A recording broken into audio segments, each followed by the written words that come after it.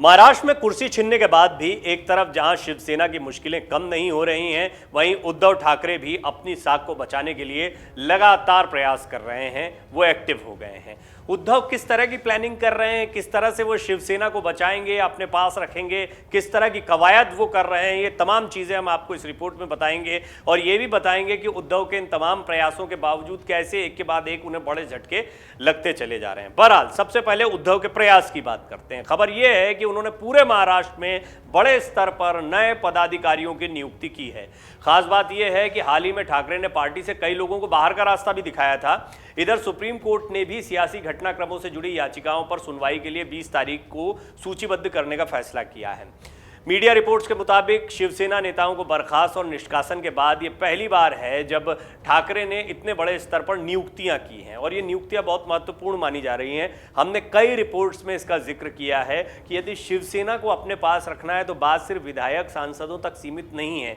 निचले स्तर का कार्यकर्ता, जो असली शिव सैनिक है, महाराष्ट्र के गली गली कूचे कूचे में जो शिव सैनिक मौजूद है, वो किसके साथ जाता है, उसकी संवेदनाएं किसके साथ में, और वो किसे सपोर्ट करता है, ये तय करेगा कि शिवसेना का असली हकदार कौन होगा।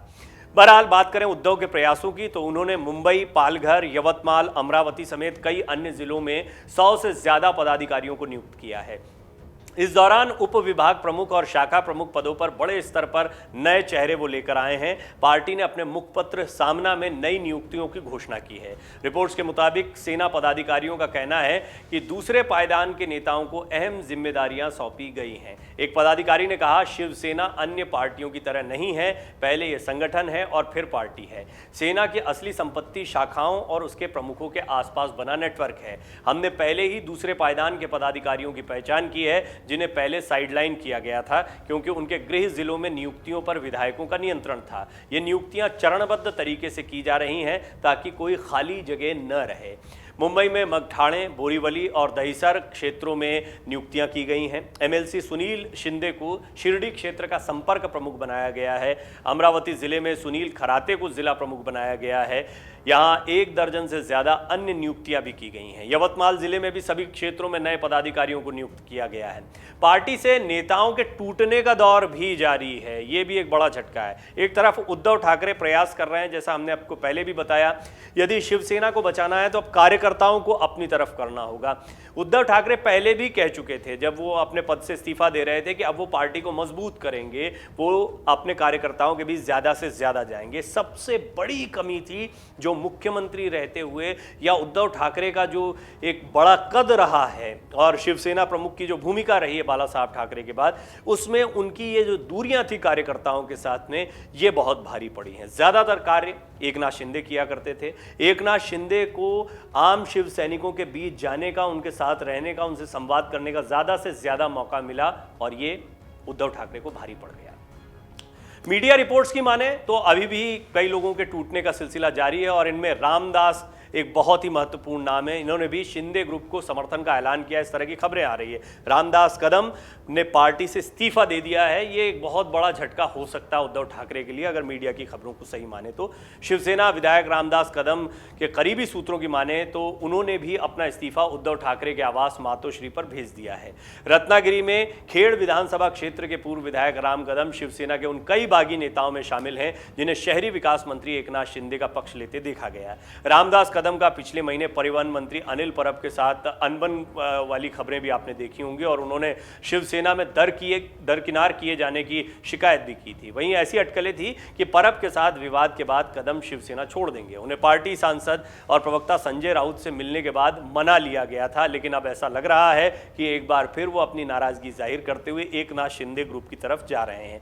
ये इसलिए महत्वपूर्ण है क्योंकि शिवसेना में एक के बाद एक बगावत लगातार ये तय कर रही है कि शिवसेना कोई नहीं छोड़ रहा है, बल्कि एकनाथ शिंदे के गुट को असली शिवसेना माना जा रहा है। यहां पर लड़ाई सिर्फ शिवसेना में बने रहने की या शिवसेना को छोड़ने की नहीं है। उद्धव को छोड़ना या एकनाथ शिंदे के साथ जाना, ये 2 धड़े अलग बन गए हैं। दरअसल एकनाथ शिंदे का भी दावा है कि असली शिवसेना उनके साथ है, उद्धव ठाकरे का भी दावा है कि असली शिवसेना उनके साथ है। ऐसे में जिसके साथ में कार्यकर्ता होंगे, जिसके साथ में ज़्यादा से ज़्यादा शिव सैनिक होंगे, वही शिवसेना का असली मालिक कहलाएगा। एकनाथ शिंदे अभी तक की बाजी में आगे चल रहे हैं और मजबूत पकड़ उन्होंने बना रखी है।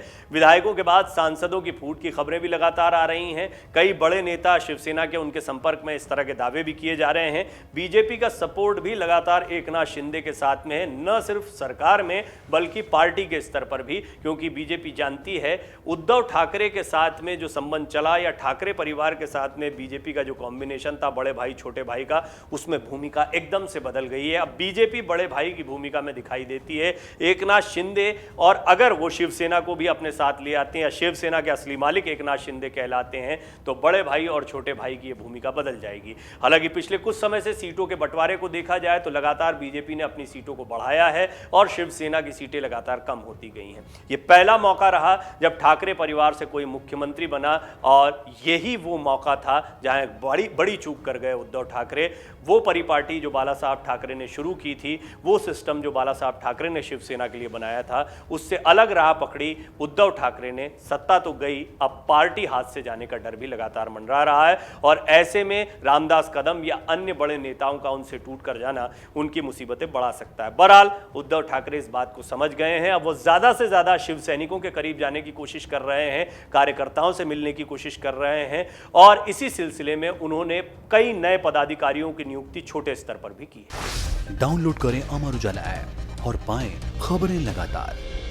अगर आप ये वीडियो YouTube पर देख रहे हैं तो हमारे चैनल को सब्सक्राइब करें और बेल आइकन को दबाना ना भूलें। अगर आप Facebook पर ये वीडियो देख रहे हैं तो हमारे पेज को लाइक करें।